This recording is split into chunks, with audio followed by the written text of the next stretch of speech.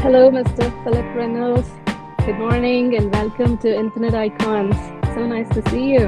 Good morning. Nice to see you as well. Thank you for joining me today. So, which part of the country are you coming to us from? So I'm in the Washington, D.C. area, right outside in Maryland. Uh, oh, cool. All the way from East Coast. Yep, absolutely. How is it at your neck of the woods? Oh, it's fine. We got a little snow over the weekend, but other than that, we're doing okay. Oh, cool, cool. It's a bit chilly here too in California. Don't say So, that. Chile and California is not the same I thing as know Chile. I cannot complain. Right. Now, I was on the Right. phone with somebody last week, and I said, "Oh, we got snow." And it's like, "Yeah, it's a little chilly here in Arizona. It's 70 degrees." I'm like, "That's that's not cold." Oh, super. All right. So we know you as an executive director at Embark Behavioral Health. So for those who do not know you, could you please tell us a bit about yourself? Yeah, absolutely. So I've been in behavioral and mental health for probably close to 20 years now. I went to graduate school at Smith College School for Social Work, and I was able to do kind of two field placements. But my last one was actually at a counseling and learning center in Watts. And so I spent some time out in LA, lived in West LA, and then came back here and had planned to go back out to LA, but fortunately I met what ended up being my wife, so I ended up staying out on this side. And Oh, so congratulations. thank you. So I've done everything from one of my first jobs was working at a residential treatment program for youth with sexual behavior problems for 3.5 years. And then I got out into private practice and doing some intensive kind of in-home concierge wraparound services. And then the pandemic hit. And so the Mm. in-home was probably about 80% of my income and dried that up. And I ended up working for another organization helping to launch their PHP and IOP programs in the Virginia area. So started with one clinic and expanded out to four additional and a virtual program as well. Beautiful, beautiful. Okay, so are you also an entrepreneur? Yes, so I still have a private practice now that I run, and I do some executive coaching as well. Oh, cool. So I believe that you play almost similar roles in both your workplace and your private practice. Yeah, well, the private practice, I do a lot of couples work. I do some adolescents and young adults, but predominantly couples work. In the private practice, I'm the area executive director. So I'm responsible for all operations of the clinics in the DMV area. And so I don't do any direct client work, but I do oversee all operations in the area. So which role did you adopt first, an entrepreneur So I was or doing an employee? Yeah, I was doing the private practice work first. So I was doing that. And I had at the time also created a kind of concierge wraparound service called Light at Home. And so I've always been doing that private practice piece to the side. And so when the pandemic hit, well, going into homes with families wasn't really a thing. And so I was approached at that time about some opportunities for leadership of organizations. And so running my own company, I had some relevant experience, and so I took on that role. So it was a similar role, but it was working with adults. And then I transitioned to my current role in December of last year. And so I've been doing this kind of work for about 3.5, going on 4 years, but specifically with Embark, that's been since December. It's been going fantastic, and I still continue to do some private practice work after hours.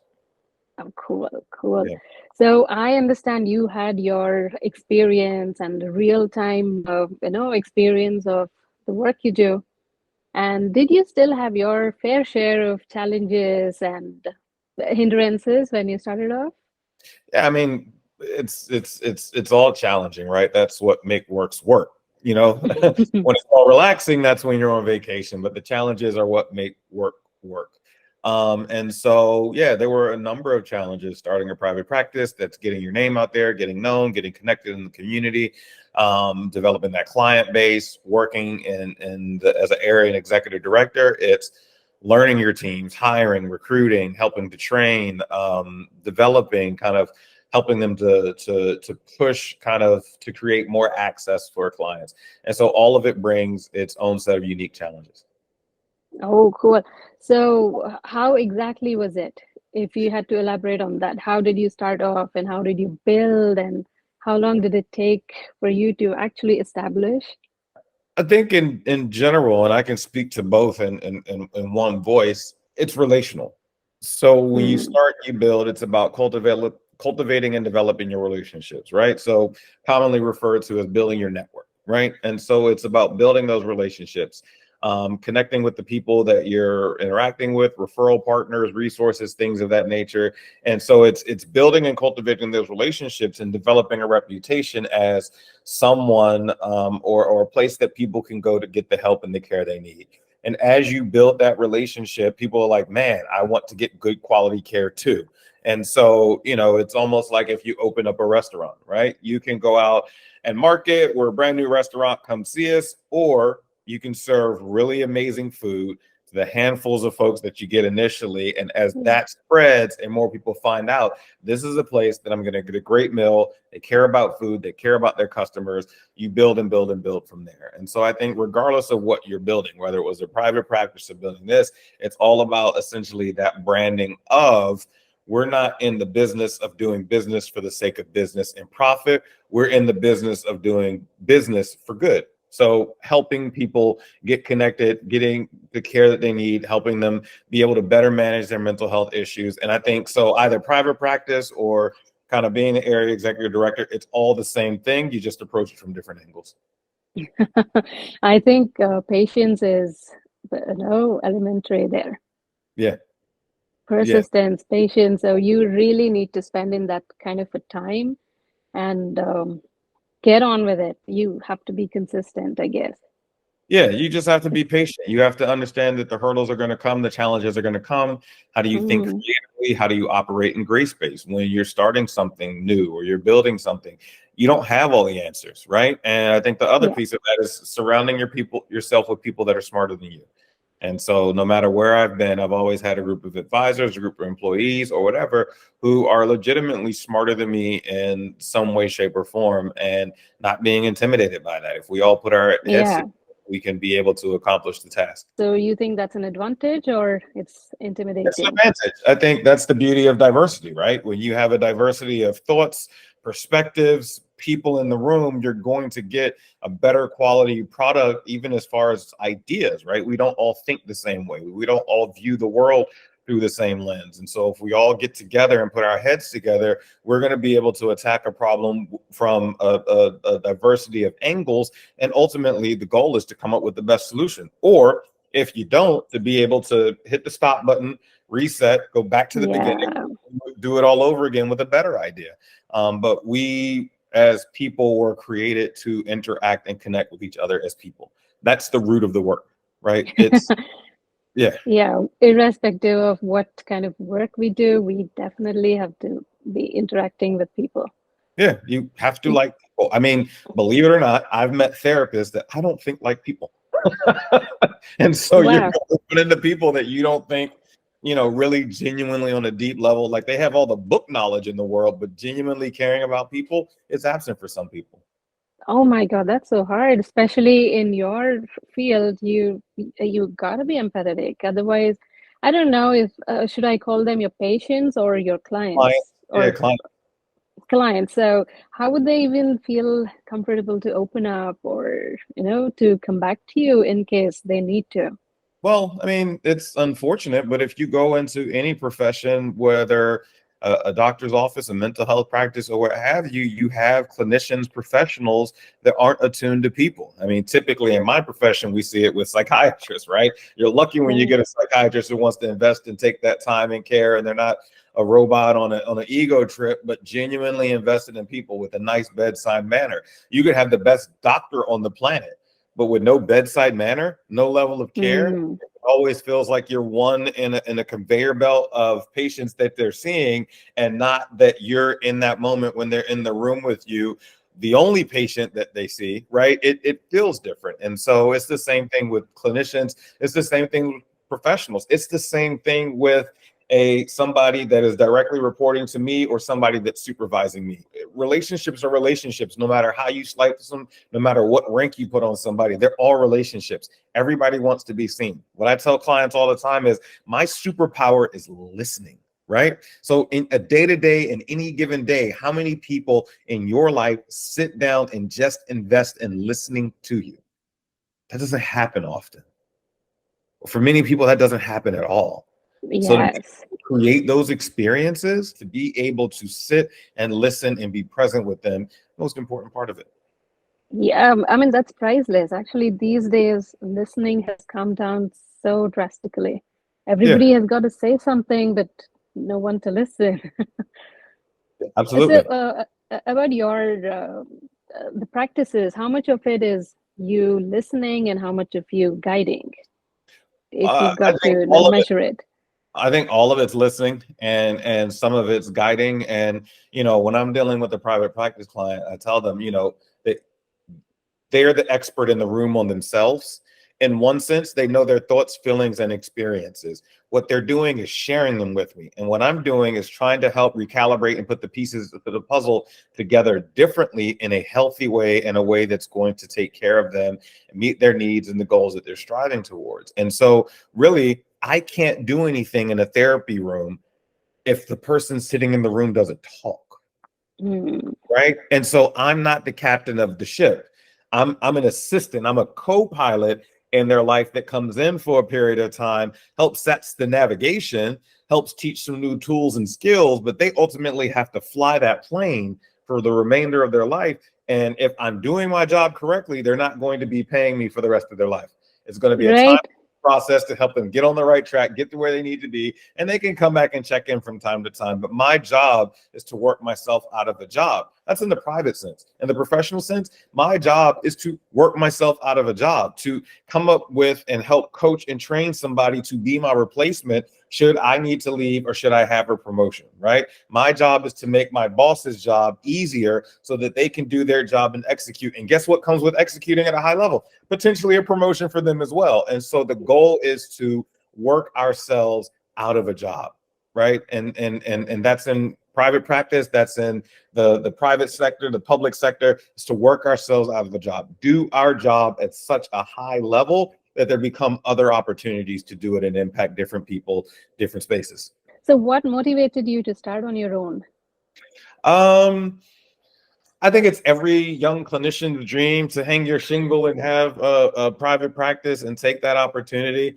I think at the time it was really I wanted to operate more independently, right? So working for somebody else, the opportunity to work for myself. And I feel like I learned a ton of lessons by doing that that helped grow me into being a better professional today. And even though I'm working for somebody else, still kind of working for myself, I think there's life lessons that come along with that. I think you learn how to network, how to connect, right? A lot of that work that I've done in this area, I still have relationships to this day that I bring to bear in my full-time job that I'm doing, right? So connections and people that I know in different spaces, building that network and building those relationships has helped fuel my career and will continue to fuel my career as I go along. And so I think being and having that experience of working privately, I think everybody wants to do that, right? Every clinician wants to at some point in time. And do you want to do that lifelong or do you want to move into different spaces? And from my perspective,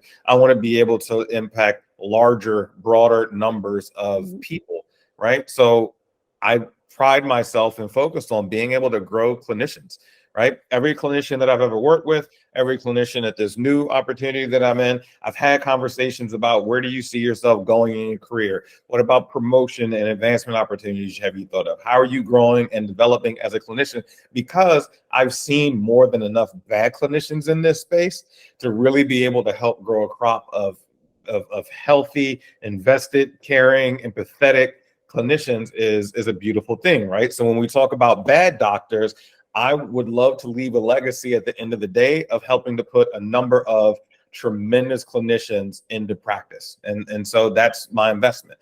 I'm invested in people, not just in a profession, by directly the people that I work with that consume the resources that I provide, but the people I work alongside of, the people that I work under. I'm invested in people. So you have your skin in the game for sure. Yeah, absolutely. So how far does your radar go? Is it online or is it going to be in person for Um, consulting? yeah, so in person, online, I do private practice. Most of that's virtual, just because schedules and juggling and Yeah. everything else. I'm in person with my teams when I'm at my day job. I've done executive coaching in person. I've traveled with that, and so um, it varies. And yeah, So is it all within the nation or even outside?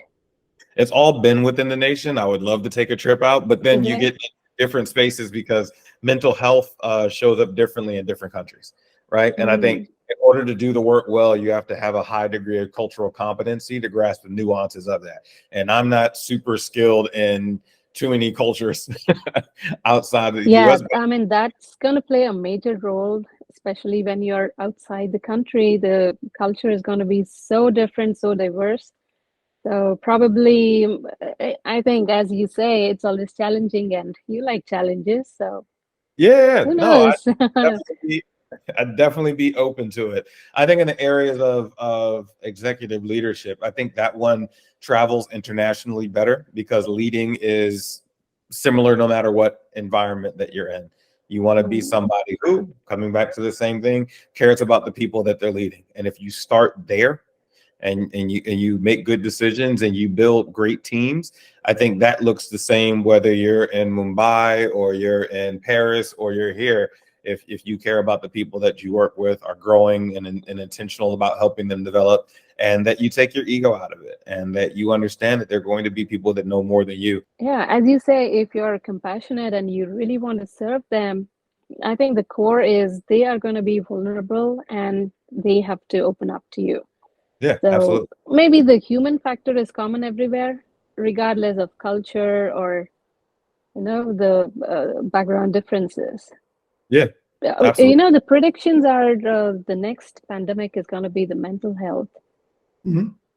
I So mean, what's your it, take on it? it It was when we had this pandemic. What happened is a lot of people keep moving and keep doing stuff, and it keeps them distracted from what they're feeling and thinking.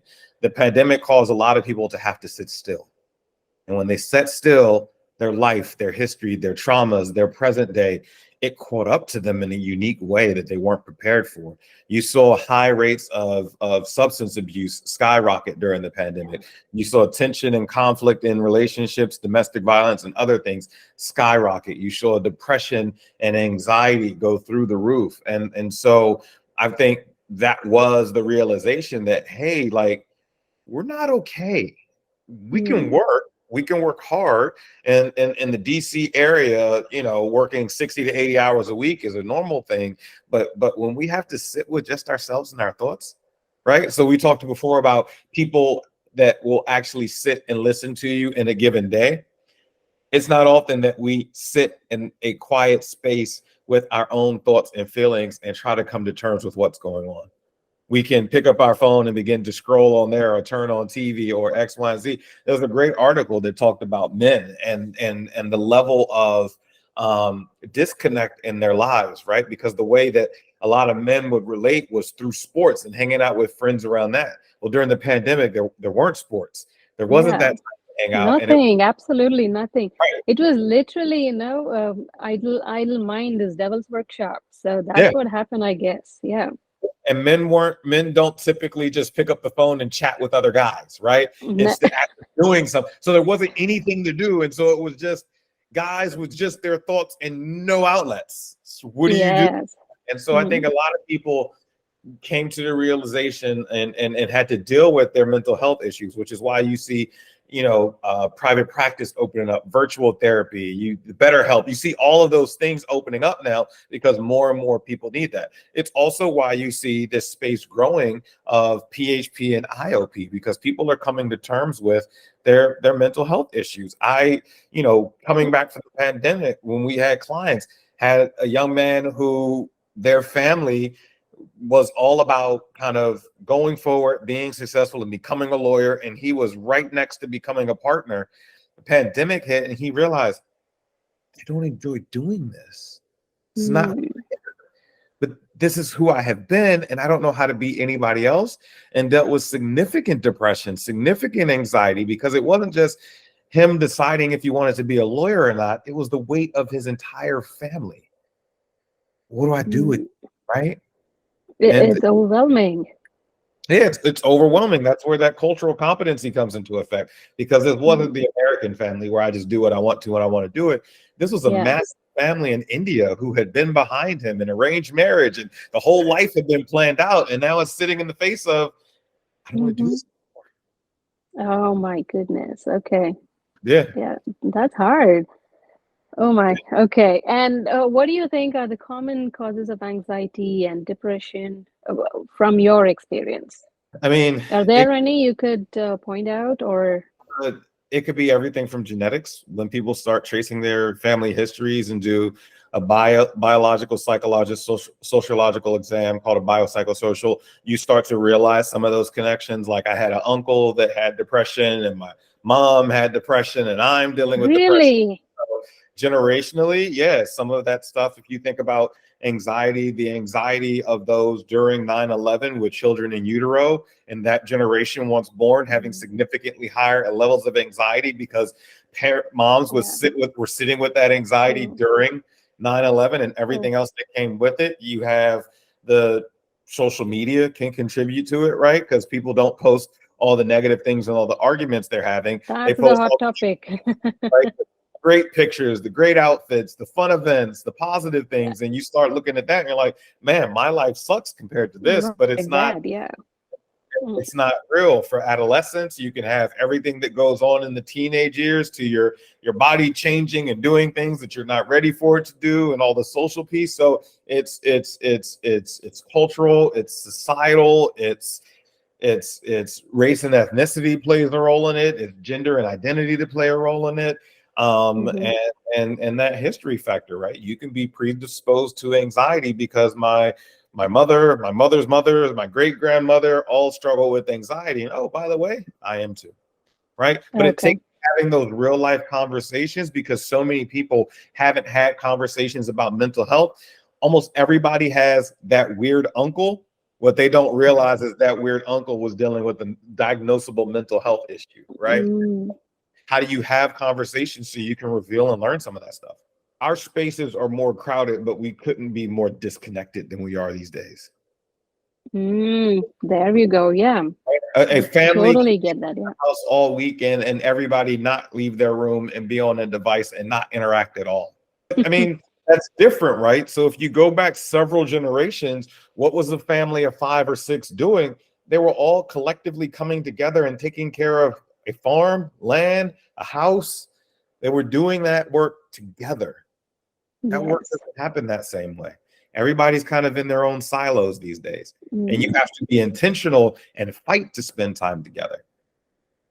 Right. Yeah. Actually, everybody is so tightly scheduled. No one has even a minute to just spare. If they do have, it's definitely on their phone or computer. Yeah, absolutely. Yeah. So doing all these hustle, hustle, hustle for yourself, I know in both places, has it ever played on your own mental health? The stress levels have gone up so much that, you need to pause. Um, I think, you run into challenging people in any space. I've had supervisors who have been tough to deal with and challenging, and obviously that plays a role on one's mental health. You have different dynamics that come up. You're interacting with people, right? So when people that you care about, that you work with, that you work alongside of, are going through something, it can impact you, right? I have a coworker now that's grieving the loss this weekend of her best friend. That impacts me. I can go to work day in and day out, but to know a person that's grieving, that I know is hurting, that means something to me. I care about her. I check That's in with her. different. Yeah. So yeah, I can't go through the course of my day and not be impacted, because I go through the course of my day and say, hey, I wonder how she's doing. Mm. So you have come this far, and if you look back on your journey, was there any wrong turns or regrets that you think, oh, shouldn't have done that? I think life is made up of a series of steps and missteps, right? No journey is a straight line. right? It's not we just go from point A to point B with no hiccups and no bumps. Life's not that way, right? You are the product of all the positive moments of your life and all the challenging days combined, right? And so I think, yeah, there's been steps, there's been missteps, there's been good ideas, there's been bad ideas, but I am who I am and where I am today because this is where I'm supposed to be. So I don't regret any of the things that I've been through. I went through a particularly hard situation in a work environment not too long ago at some point last year. And even in the midst of all that, it was, what can I get out of this that's going to be beneficial for me in the long term? What can I learn? How can I grow? And all of that stuff has come to bear to make me a better leader today. And so it could have been, man, this situation sucks and this is unfair and that person's terrible and that person's the worst. Or no, how can I use this situation for good? And I think if you look through, I'm a pretty optimistic person. I'm always looking future focused. What can we do better? If I make a mistake, it doesn't bother me for long because I'm going to learn for it and go forward and do better. Like, how do I do better the next time? How do I avoid making the same mistakes over and over again? And so it's really that act of being able to self correct and not self sabotage by a whole lot of negative self talk.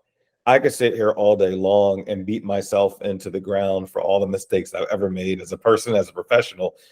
What's that going to get me? Yeah. Right? And how's that Hmm. going? What that's going to do is that's going to keep me from becoming a better professional and better person for the next opportunity.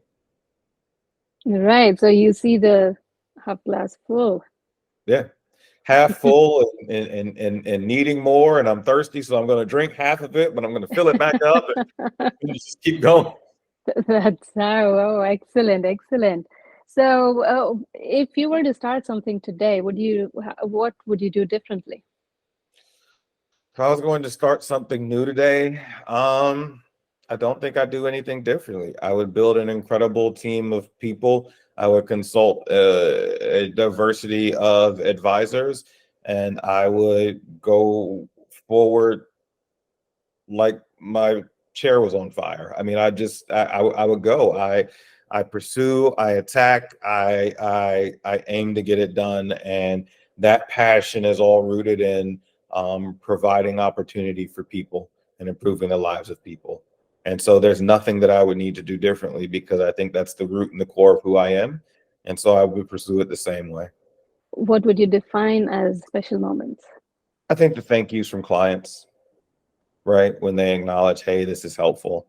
I think the most enjoyable thing for me is years later hearing back from a client on where they are in their life, what's going on, what's going well, and how it's been impacted. I can't tell you the number of clients that I've had that were adolescents that are now social workers or studying Wow. psychology or becoming psychiatrists who are like, yeah, it was really special for me that the time and their interaction with you, and I wanted to study and learn more about it. And so it's again kind of shaping that next generation. Seeing a young man that I work with that had deep anxiety and couldn't even go to school, who is now knocking out, getting A's and B's, performing at a high level in basketball, and talking about going to a great college, right? So seeing those successes, seeing those wins, again, seeing people that I poured into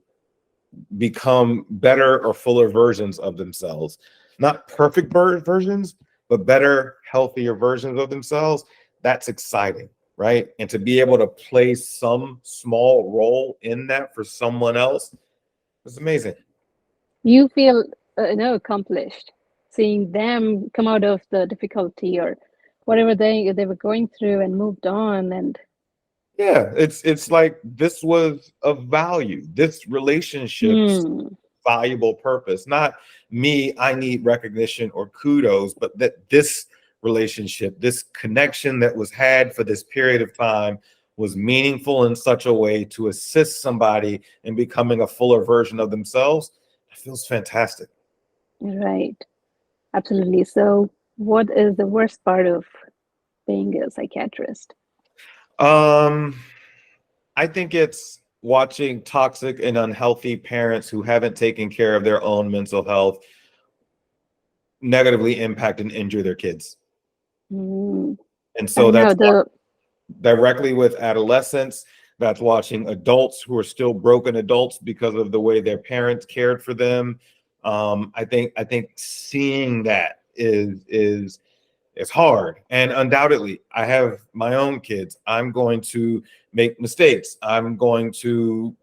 They're going to have some type of challenges from the way that I am and the way that I operate as a parent. But my goal is to do as little harm as humanly possible. And I'm recognizing the areas where I have issues. I encourage them to talk to me about things that daddy can do differently, to have those intentional conversations. I seek out connection with pastors that I have relationships with, friends. I want to talk about stuff. I want to continue to grow. I think there are a number of parents who haven't faced their demons, who deposit them into their kids, and their kids are then forced to wrestle with them. And the parents wipe their hands of it. And it's like, really? right. This I this know that's very generation. unfair. Yeah, this is Mhm. generational. So now this person has to hold this as though they're the problem and they're the issue when it's this generational dynamic that they had no control over because you guys didn't do your work. Now this child has to deal with it. But the Mm. fantastic piece of that is if they're able to do their work, then that next generation is going to be in a better place because of it. Yeah. And You so, know, creating that environment at home yeah, is so very important. Just keep it simple and I mean, everybody should be approachable yeah, and absolutely. less Yeah, less judged, actually. yeah, and that's the beautiful thing is no matter where you are, no matter how damaged and impacted you are by your life and family history and story and environment and society and culture, you can still fight in and of yourself to get better, to get healthier, so that that next generation can be a little bit better. And you're not going to be perfect, but how can you be healthier than you were the day before? Yeah, yeah, a better version, but I don't think there's anything called perfect Right, anywhere in the world. right, So, I right, mean, whatever situation, whatever role, there is right. nothing is perfection. Whatever we enjoy or what we feel accomplished, we can term it as perfection. So if I'm not So, working to get better, then I'm going to get stuck and I'm going to fall behind and I'm going to have flaws. If I'm passionately addicted to the pursuit of perfection, even though I never reach it, I continue that process of getting better. But you're so you're you're in pursuit of the peak. But hmm, mountain range from peak to peak, there is still a valley in between that. So you might end up in the valley in order to get to the next peak.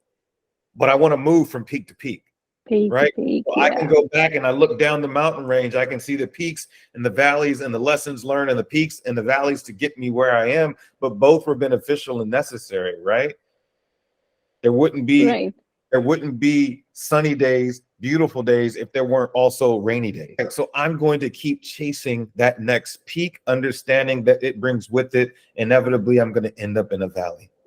And how Mm. long am I going to end up there? I don't know, but I'm still shooting for the next peak and the next peak. There are always ups and downs Mhm. in life, generally. So, how do you, what's your strategy in dealing with fears and anxiety? Yeah, I think my strategy is resting in my faith. I think tapping into what I believe and my faith in God, I think is also communicating, right? When we stop talking, that's when I think we're in a dangerous place because all of those things just stay inside of us. Mm, And if we're able to talk, we're able to have the conversations, we're able to bounce ideas, thoughts, feelings off other people to help get a reflection of ourselves back. And people are then invited and welcomed into offering us critical feedback. And so I think talking, having conversations, being open and transparent. I tell everybody when they meet me, like, I'm me all the time. I'm not a representation of myself. There's no mask that's being worn. There's no filter that's being added in. I'm going to be me in the purest version of myself. It's going to rub some people the right way, and the wrong way. But at the end of the day, I passionately, deeply care about people. And if I rub you the wrong way, I want you to tell me. And I'm genuinely invested in the well-being of others around me.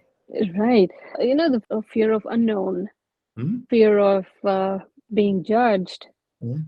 So those are the things which are prevailing actually, especially classical social media, Mhm. environment. So how should anyone handle that? Um, I think if you're being your true and authentic self, you have to accept that some people are gonna like it and some people aren't, and that's okay. Hmm. I don't need everybody to like me or love me. At the end of the day, I have to like me. At the end of the day, I Yes. love me. And if I'm losing that like for myself or that love for myself because I'm trying to adapt to be someone else's version of myself or some version of myself that everybody is pleased with and okay with at 100% of the time, I would have compromised myself so greatly that I wouldn't be able to look in the mirror and tell myself who I am. I'm not for everybody, and I'm okay with that. See, that's the thing. As long as we all feel I'm okay, half the problem is solved, Right. right? Yeah. It's okay. Yeah, it's fine. We are all trying to do our best in the world, so things happen, but it's good. We shouldn't lose hope or stop trying, but we gotta keep going. Yeah, absolutely. Hmm. So if you peel back your layers of experience, what is it that has been constant, unchanged throughout? Humor. Humor. Oh, wow. I'm always laughing. If you were in my house, there's always laughter in a work environment.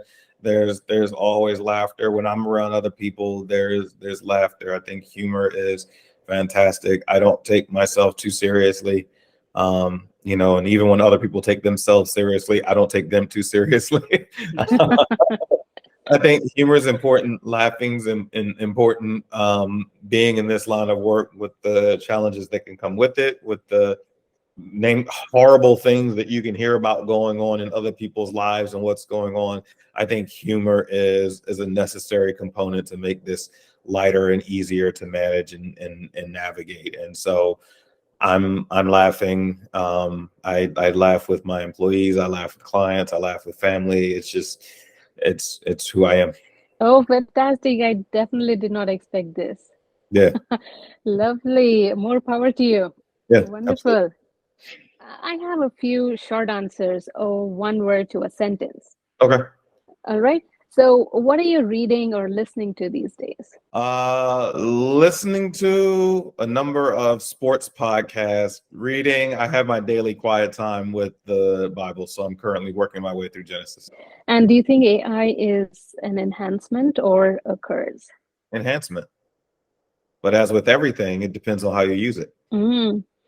So, what would you be if you were not what you are today? I would probably be doing something with sports talk radio, working with athletes in some way, shape, or form. Probably that. If not that, I'd probably be a pastor of a church. And what's your favorite free time activity? Um, Hanging out with my family. I think doing that, working out, getting a workout in, playing video games. I enjoy all of it. Excellent. So, what is that one word that describes you? Passionate. Brilliant. So that's about it from my side. Is there anything else you would like to share and know people should know about you? No, I think that's it. I Hmm. think that's the gist of who I am and kind of how I exist in the world. And I'm always looking to work with like-minded people and do beautiful and amazing things to help people grow. So that's me. I really wish you expand your radar around the world. People need people like you. So Absolutely. thank you so much for your time today. And it was very, very special and very nice of you to share so much about what you do. And I'm sure our audiences will benefit from this. And I wish you all the best. Thanks so Thank you. much. Thank you. Thank you.